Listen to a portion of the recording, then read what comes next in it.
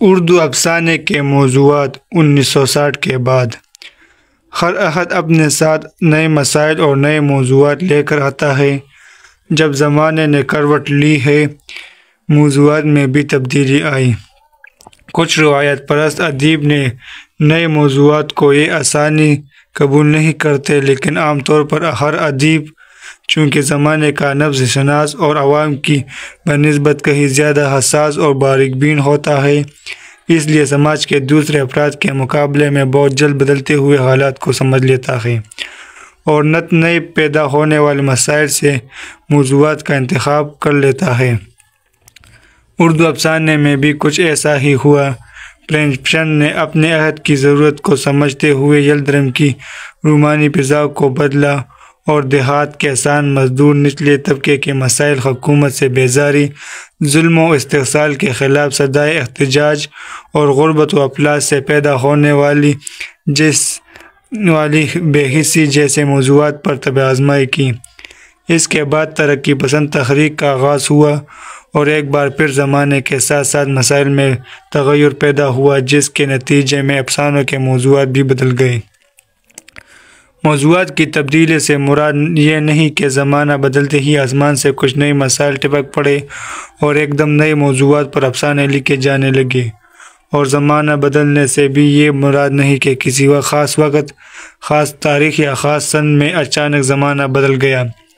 ظاہر ہے کہ ہر چیز میں تغیر بتدریج ہی ہوتا ہے، اور جس وقت تغیر کا یہ عمل جاری رہتا ہے کسی کو اس اندازہ بھی نہیں ہوتا جب تک کوئی واضح تبدیلی سامنے نہ آ جائے۔ مختصر یہ کہ مسائل میں جب بھی تبدیلی آتی ہے، افسانہ نگار کا نظریہ بھی بدل جاتا ہے اور وہ ایک نئے زاویہ نگاہ سے زمانے کو دیکھنے لگتا ہے۔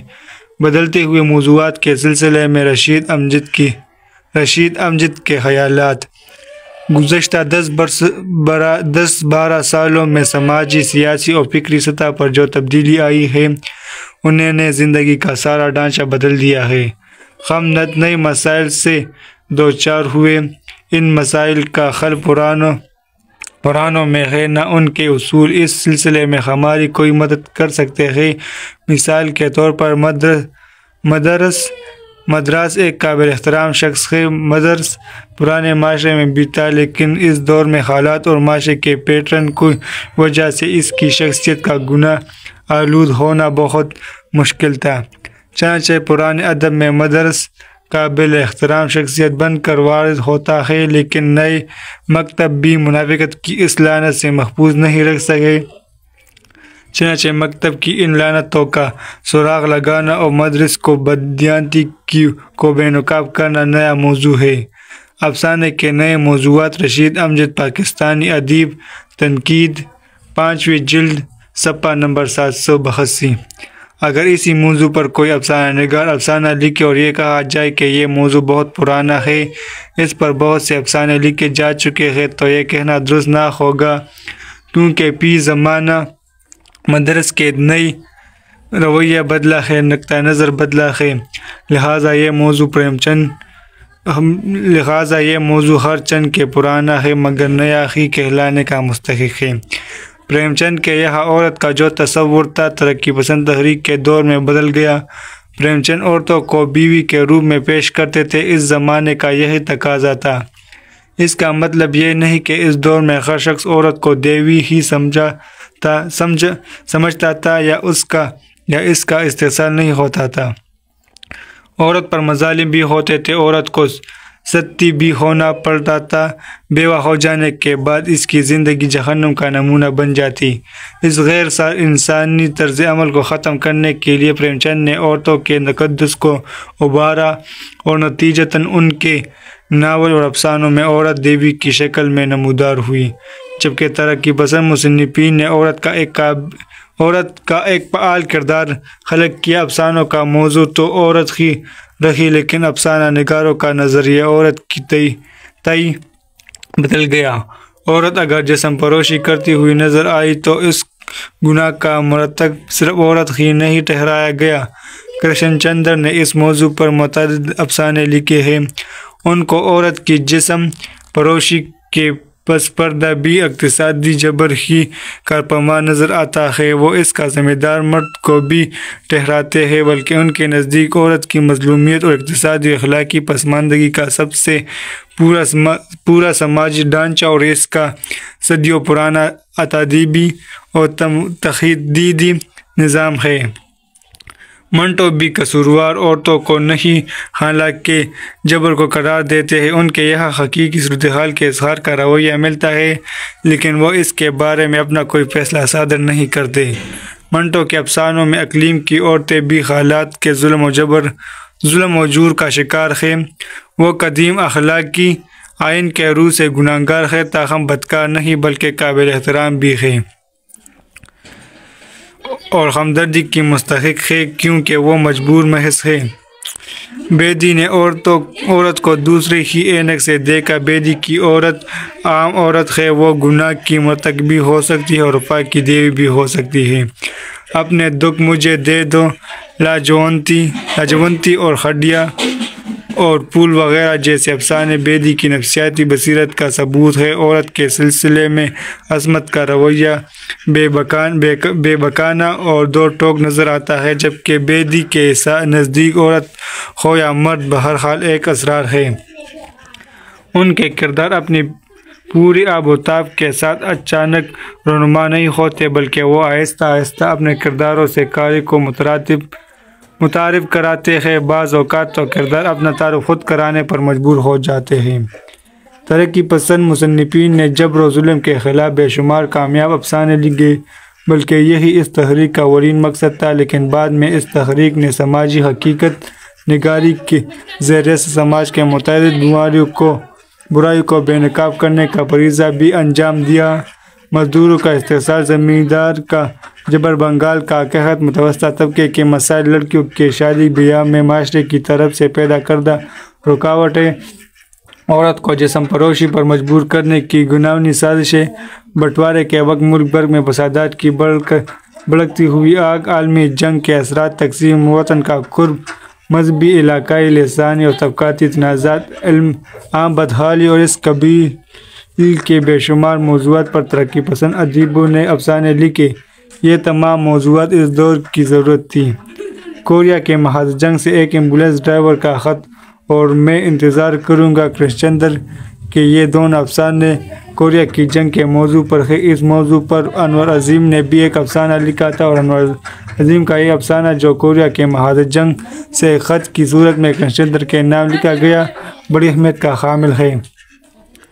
1943 میں بنگال جس قحط سے دوچار ہوا تھا، اس پر بھی کئی ترقی پسند ادیبوں نے افسانے، ناول اور نظمیں لکھی۔ بنگال کے قحط کے موضوع پر کرشن چندر کا افسانہ ان دیتا، خواجہ احمد عباس کا ایک پتیلی چاول، اختر اور نوری کا جنگل، دیوندر ستیارتھی کے پھر وہی گنج گپست، دو راکھا قبروں کے ہیچ در ہیچ، نئے دارے سے پہلے، صدیقہ بیگم، چاول کے دانے، سردار جعفری کا چہرہ، مانجھی، مرزا ادیب، کنگال دیس میں رہوتی، سرن شرما کا دراڑے وغیرہ کامیاب افسانے ہیں۔ تقسیم ہند پر بھی بے شمار اچھے افسانے لکھے گئے۔ تقریباً سبھی اردو کے ترقی پسند مصنفین نے اس واقعے سے متاثر ہو کر اس موضوع پر افسانے لکھے۔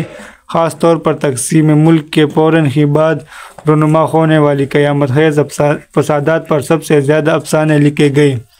منٹو کا مجموعہ سیاہ حاشیہ، ٹنڈا گوئے، شریفن کول دو، گورمکھ سنگھ کی وصیت، موزیل، کرشن چندر کے افسانے، خموشی ہے ایک طوائف کا خط، امرتسر آزادی سے پہلے، امرتسر آزادی کے بعد، حیات اللہ انصاری کا ماں بیٹا اور شکر گزار آنکھ، احمد ندیم قاسمی کا پرمیشور سنگھ، عصمت چوتھائی کا جڑیں، خواجہ احمد عباس کے سردار جی میں کون ہوں اور انتقام، راجندر سنگھ بیدی کا لاجونتی، عزیز احمد کا کالی رات، سہیل عظیم آبادی کا اندھیارے میں ایک کرن، خدیجہ مستور کے نامک ٹاپوئے، منو لا چلا بلا، خاجرہ مسور کے امت مرحوم، بڑے انسان بنے بیٹھے ہو، ممتاز حسین کا سورج سنگھ، صدیقہ بیگم کا گوتم کی سرزمین وغیرہ وہ کامیاب افسانے ہیں جو 1947 کے فسادات کو موضوع بنا کر لکھے گئے ہیں۔ تقسیم وطن سے ادیبوں کو جو ایک خاص طرح کا صدمہ پہنچا تھا، اس کے رد عمل کے طور پر بھی کچھ افسانے لکھے گئے۔ اس زمن میں کرش چندر کا افسانہ بابو کی واپسی قابل ذکر ہے۔ منٹو کا توبہ ٹیک سنگھ بھی بٹوارے پر گہرا طنز ہے۔ 1935 عیسوی کے نئے قانون پر بھی منٹو نے افسانہ نیا قانون لکھ کر طنز کے تیز و نشتر کا بھرپور استعمال کیا ہے۔ آزادی اور تقسیم وطن کے بعد جو افسانے لکھے گئے ان میں بھی سماجی بیراروی کی بہترین عکاسی کی گئی ہے۔ 1947 کے بعد بھی عوامی مسائل جو کہ توتے، وہی اقتصادی بدحالی، وہی ظلم و جبر، وہی زمینداروں کا تسلط، وہی بیگاری کی گرم بازاری، لہذا آزادی کے بعد بھی ان موضوعات پر پورے شدومت سے لکھا گیا۔ آزادی اور جمہوریت کے باوجود افلاس کے جو قرب ناک رخ سامنے آئے وہ اس دور کے افسانوں کے موضوعات بنے۔ کرشن چندر نے زندگی کے موڑ پر بالکونی، کانو بنگی، دو پرنگ لمبی سڑک وغیرہ افسانوں میں افلاس، طبقاتی کشمکش، قتل و غارت گری، استحصال اور جبر و ظلم کی وہ تصویر کشی کی ہے جس کے لیے رنگ و روغن آزادی ہندوستان سے ہی حاصل ہوا ہے۔ راجندر سنگھ بیدی اس طرح کے ترقی پسند تھے کہ خود مارکسیت ہوتے ہوئے بھی اپنے کرداروں کو خالص ہندوستانی سادہ لوح کردار بنا کر پیش کرتے تھے۔ ان کے افسانے گر بازار، گرہن، گرم کوٹ، کوک جلی اور لاجونتی وغیرہ میں انسان مجبور محض دکھائی دیتا ہے۔ ان کے افسانوں میں رسم و رواج کی جھلکیاں بھی بڑی حد تک نظر آتی ہے۔ عصمت چوتھائی نے متوسطہ مسلم گھرانوں کی کامیاب عکاسی کی ہے۔ شوتی کا جوڑا، بچو پپو وغیرہ اس سلسلے کے قابل ذکر افسانے ہیں۔ احمد ندیم قاسمی نے پنجاب کے دیہاتی مسائل، فسادات، طبقاتی رساکشی اور افلاس وغیرہ کو اپنا افسانوں کا موضوع بنایا۔ قرۃ-العین حیدر نے اپنے افسانوں اور ناولوں کے لیے تاریخ کے آئینے میں ماضی اور حال کے رشتے کو تلاش کیا ہے۔ ان کے افسانوں میں برصغیر کے ہندو مسلم گھرانوں کی باہمی یگانگت اور تقسیم کے بعد ہونے والی تبدیلیاں، سرمایہ دارانہ نظام کے پنپنے کی چپچپاہٹ، ٹوٹی ہوئی قدریں، بدلتے معاشرے میں شرپا کے خاندانوں کی زب و خالی جیسے موضوعات ملتے ہیں۔ اس تجزیے کی روشنی میں یہ بات کہی جا سکتی ہے کہ 1936 سے 1960 تک کی حقیقی تاریخ مذکورہ بالا افسانہ نگاروں نے اپنے افسانوں میں مرتب کر دی ہے۔ 1956 سے ہی ادیبوں نے محسوس کرنا شروع کر دیا تھا کہ حالات بدلتے جا رہے ہیں، قدریں بدل چکی ہیں، اخلاقیات کے معنی بھی اب وہ نہیں رہے جن کو بنیاد بنا کر اخلاقی اصول وضع کیے گئے تھے۔ لہٰذا 1960 کے آتے آتے اردو افسانوں کے موضوعات بھی بدلے اور ایک طبقہ جدید افسانہ نگاروں کا ایسے سامنے آیا جس نے حیت کے ساتھ ساتھ افسانے کے موضوعات بھی پرانے موضوعات سے بالکل الگ منتخب کیے۔ یہ تغیر 1955 سے 1956 کے درمیان ہوا۔ یہی زمانہ جدید افسانے کے آغاز کا دور ہے۔ اس زمانے کے لکھنے والوں نے پرانے اصول، پرانے موضوعات، پرانی اخلاقیات، پرانے اقدار اور پرانے نظریات، غرض یہ کہ ہر پرانی چیز سے اختلاف کیا، خاص طور پر مروجہ اقدار اور سماجی اخلاق کی پابندیوں سے انحراف کو اپنا فرض منصبی گردانا۔ جدید افسانے کا ایک خاص موضوع فلسفہ وجودیت ہے۔ وجودیت جو دہشت انگیز فضا مشینی دور میں انسان کی شناخت ختم ہو جانے کا خوف، اقدار کے زوال اور رشتوں کے ٹوٹ کر بکھر جانے جیسے مسائل کی دین ہے، جس میں انسان بھیڑ میں خود کو تنہا محسوس کرنے لگتا ہے۔ ان مسائل کا اثر انسان کے ظاہر سے زیادہ باطن پر پڑا۔ جدید افسانہ نگاروں نے ان کے اندرون میں ڈوب کر انسان کی داخلی کیفیت کی اس صدائے باز گشت کو سننے کی کوشش کی اور اپنے افسانوں کے موضوعات کو بھی انسان کے ظاہر یا سماجی پس منظر سے نہیں، اس کے اندرون سے ہی منتخب کرنا پسند کیا۔ لیکن ایسا نہیں کہ جدید افسانہ نگار سیاسی اور سماجی حالت سے یکسر لاتعلق ہو کر رہ گیا ہو۔ صرف یہ ہوا ہے کہ سیاسی جبر یا معاشی ناہمواری کے اثرات جو انسانی باطن پر پڑے ہیں ان کے موضوعات بنایا گیا ہے۔ ظاہر ہے انسان کے اندر اندرون پر جو چیز اثر انداز ہوگی اس کا ظہور سماج کے کسی گوشے میں ہی ہوگا۔ کامیاب افسانہ نگاروں نے جب بھی انسان کے داخلی مسائل کو موضوع بنا کر کہانی لکھی تو اس کا نشانہ سماجی عدم مساوات، سیاسی جبر و استحصال اور اس طرح کے متعدد مسائل بنے اور ان کی نقاب کشی ہوئی۔ خاص طور سے انور سجاد اور ایبلرج منی کا مشترک موضوعات سیاسی جبر، اقتصادی ناہمواری اور معاشرے میں زندگی کی منفی جہت وغیرہ تھے۔ مرزا حماد بیگ کے ایک مضمون کا اقتباس پیش خدمت ہے۔ انور سجاد اور بلراج معین ران نے خرسو دندناتے ہوئے شر کی چہرہ نمائی کی ہے۔ سیاسی جبر، معاشی ناہمواری اور معاشرت میں زندگی کی منفی جہت دونوں افسانہ نگاروں کے خاص موضوعات ہیں، لیکن دونوں کے افسانوں میں تدبیر کاری میں وہی فرق ہے جو سملائن انور سجاد اور ایولیٹ مین را کرنے کا ہے۔ انور سجاد کے لہجے کرختگی، لوکن انگر اور اوس یورن کی تہذیبیت سے ملتی جلتی ہے زبان، جیسے کوڑے برستے ہو اور کال ادھل رہی ہو، جبکہ مین را کے یہاں کو ملتا ہے اور اس کے کردار ایتھریل نظر آتے ہیں۔ مرزا حامد بیگ افسانے کا منظرنامہ 143 تا 142۔ اس کے علاوہ دفتری زندگی، کلریکل ذہنیت، دفتری سیاست، تشکیک کی وبا، اسکولوں اور کالجوں کی زندگی اور وہاں کا ماحول اور سیاست، شہروں کا پھیلاؤ اور لوگوں کا ازدحام، انسانوں کو شہروں کی طرح نمبروں میں تقسیم کرنے اور نمبروں سے پہچاننے کا قرب، نئے انسانوں کی کھوکھلی عظمت کے در پردہ چھپی ہوئی ہے، حباست جنگل کے معاشرے سے اجتماعی ہجرت سے انفرادی ہجرت تک کا سفر جیسے موضوعات پر جدید افسانہ نگاروں نے افسانے لکھے۔ انتظار حسین نے اس انسان کی جڑیں جو نئے معاشرے کی فضا میں معلق ہے، مت اور لوک روایتوں میں تلاش کرنے کی کوشش کی ہے۔ اس دور کا ایک بڑا مسئلہ یہ ہے کہ انسان عدم اعتماد کا شکار ہو چکا ہے، ہر آدمی ایک دوسرے کو شک کی نگاہ سے دیکھنے لگا ہے۔ اس موضوع پر انتظار حسین نے متعدد افسانے لکھے، ان کا ایک افسانہ مشکوک لوگ اس موضوع کی بڑی اچھی نمائندگی کرتا ہے۔ شکر ہے میں ان میں سے نہیں ہوں۔ باتیں سنتے سنتے اس نے سوچا اور اطمینان کا سانس لیا۔ ایک تو حسنین تھا، ایک عارف تھا اور ایک خود، پھر شفیق بھی آ گیا۔ بھائی شفیق، عارف کہنے لگا، یار تو نظر نہیں آیا، میں وہاں پہنچا تھا مگر پھر میں پلٹ آیا۔ کیوں؟ بس پلٹ آیا، سب بکے ہوئے ہیں سالے۔ شفیق کو بولتے ہوئے غصہ آ گیا۔ مشکوک لوگ انتظار حسین۔ شفیق تلخی سی ہنسا اور کہنے لگا، جب میں نے اشتیاق کو آگے چلتے دیکھا تھا تبھی میرا ماتھا ٹکنا تھا۔ کیا مطلب؟ حسنین کچھ چکرا سا گیا، تمہارے ساتھ وہ ہاتھ کر گیا اور تم مجھ سے مطلب پوچھ رہے ہو؟ عارف سوچ میں پڑ گیا، پھر بولا، یار حسین، شفیق ٹھیک کہہ رہا ہے۔ اس وقت مجھے بھی تھوڑی سی حیرانی ہوئی تھی کہ آخر اشتیاق کیوں اتنا معتبر بن رہا ہے۔ مشکوک لوگ انتظار حسین۔ دروازہ کھلا اور طفیل داخل ہوا، آ کر پوچھنے لگا، یار یہاں حسنین تھا، کہاں گیا؟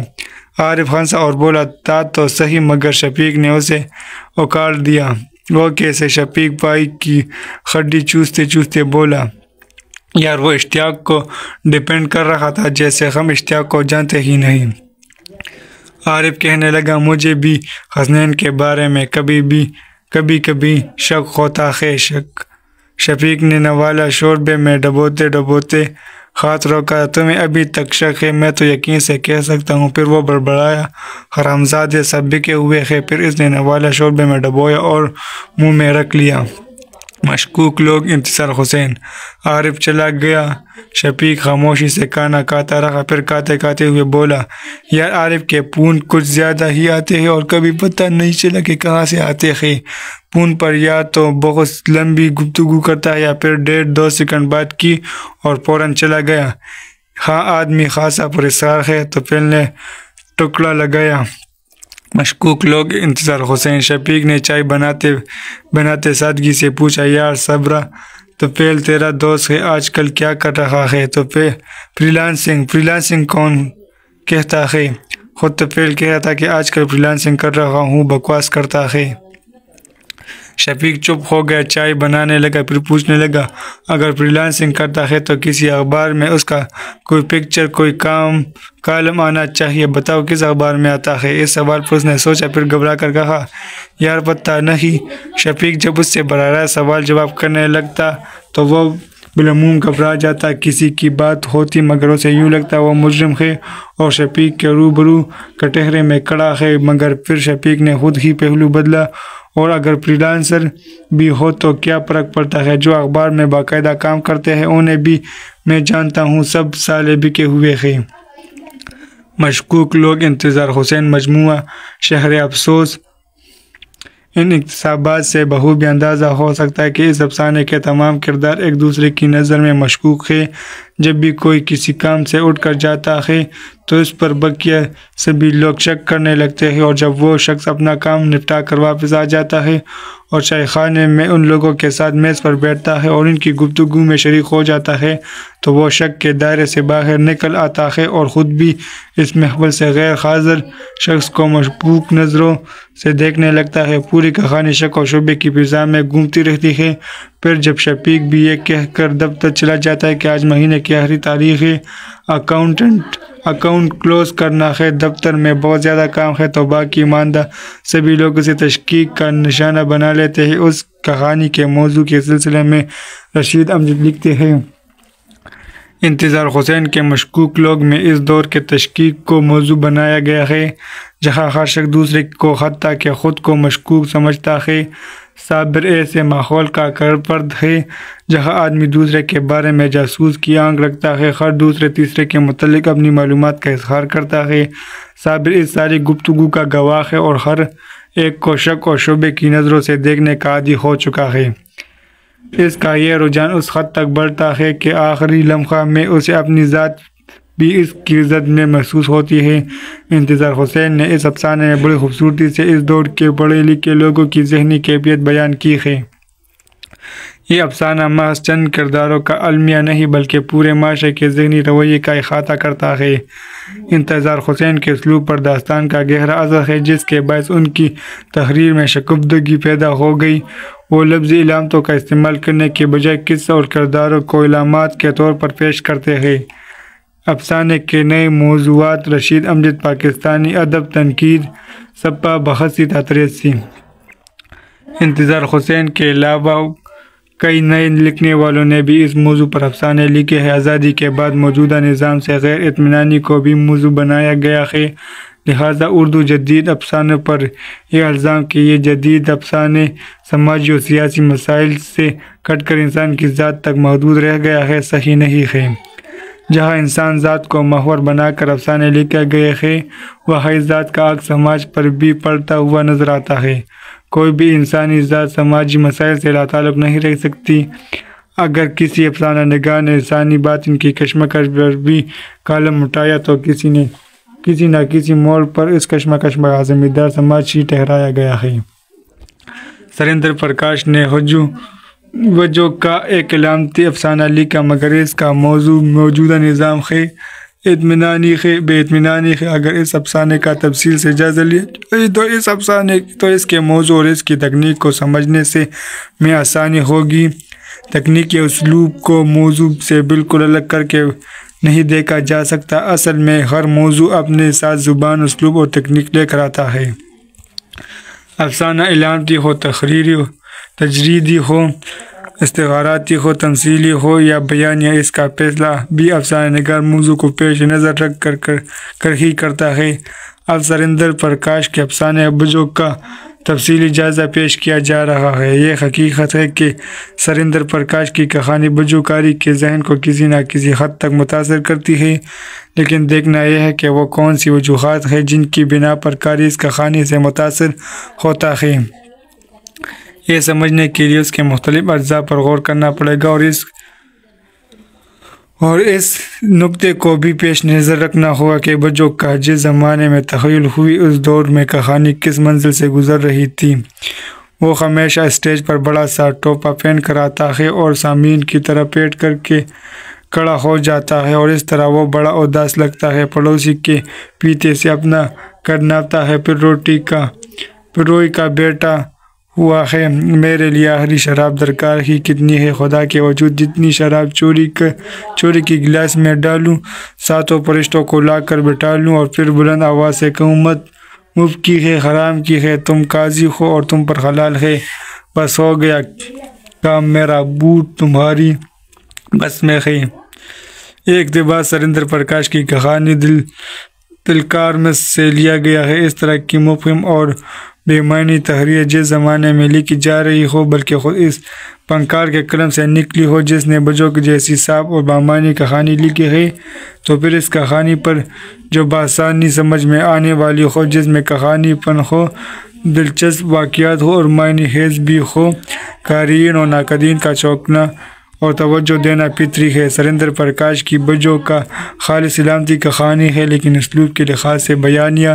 کچھ لوگ علامتی اور تجریدی کہانی کو ایک ہی خانے میں رکھتے ہیں، حالانکہ ایسا نہیں ہے۔ علامتی کہانی بیانیہ بھی ہو سکتی ہے اور تجریدی بھی۔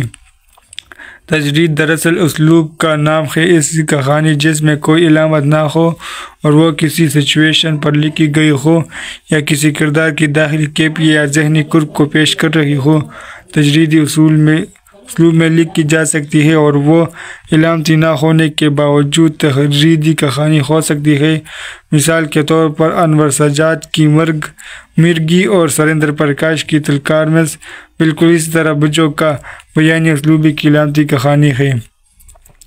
اگر ہم علامت نگاری کی مختلف شاخوں کو نظر میں رکھ کر اس کہانی کا جائزہ لیں تو یہ کہانی السٹریٹ یعنی مثالیہ کہانی کی ذیل میں آئے گی۔ یہ واضح ہے کہ مثالیہ کہانی تمثیلی کہانی سے کچھ مختلف ہوتی ہے۔ اس کہانی میں پوری کہانی کے جسم سے کوئی علامت پھوٹ کر نہیں آتی، بلکہ اس کے مختلف کردار یا ایک مخصوص کردار کسی چیز کا سمبل بن کر سامنے آتا ہے۔ ذہن پر چندہ زور ڈالے بغیر ہی وہ باتیں صاف ہو جاتی ہے کہ ہوری ایک تلمیح ہے جو علامت کے طور پر پیش کیا گیا ہے اور حجوں کا خاص سمبل۔ اب دیکھنا یہ ہے کہ بجوکا کو کس چیز کی علامت بنا کر سامنے لایا گیا ہے۔ یہ بات سمجھ لینے پر کہانی کا موضوع از خود واضح ہو جائے گا۔ اس ضمن میں چند باتیں ذہن میں آتی ہیں۔